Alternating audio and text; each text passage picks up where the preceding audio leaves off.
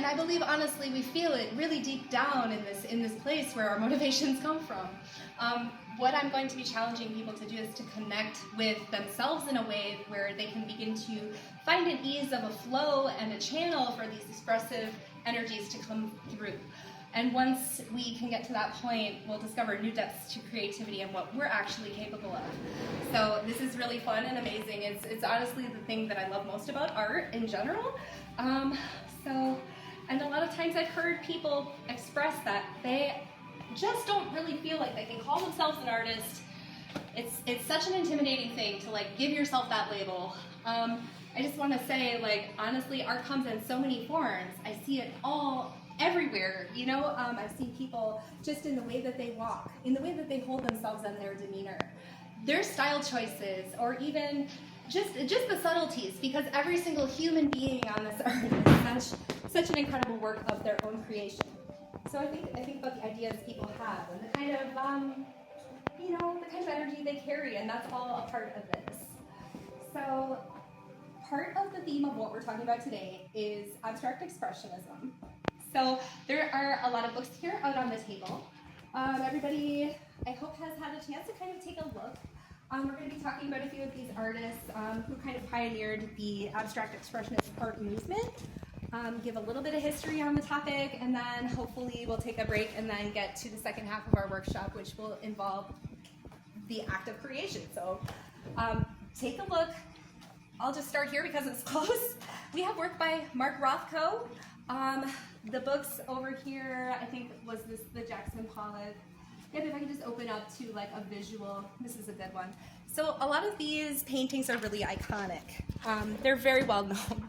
Oh, I'm not sure which, that's just kind of like the main, okay. So this is Willem de Kooning. He has, okay, I should start from the beginning here. Let's rewind time just a minute. Where we're headed in history is between the eras of the late 1940s up into the early 1950s. This was a time where art was mainly figurative. There was a lot more figurative work and realism, and a lot of those kind of themes were coming through. Jackson Pollock and the crew that were at the New York School in New York were a group that seriously pioneered and changed the direction art was heading. They really expanded on what could be art, or what art could do.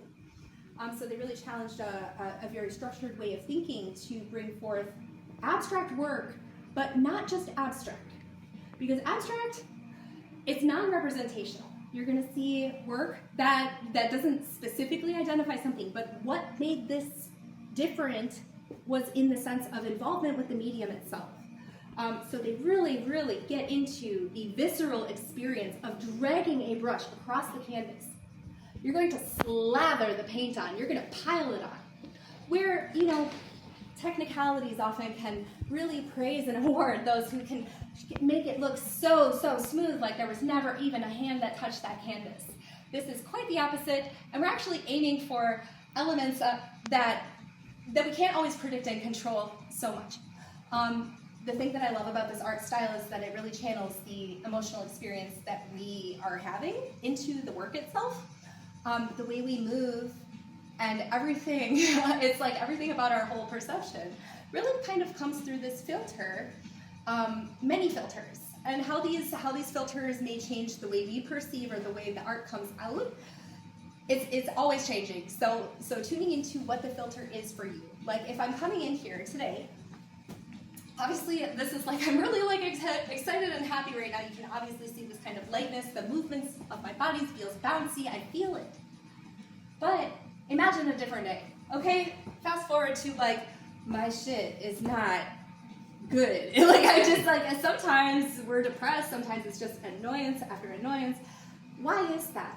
It's not that the literal external world has changed in a day. So this is where we can begin to like make that connection with it.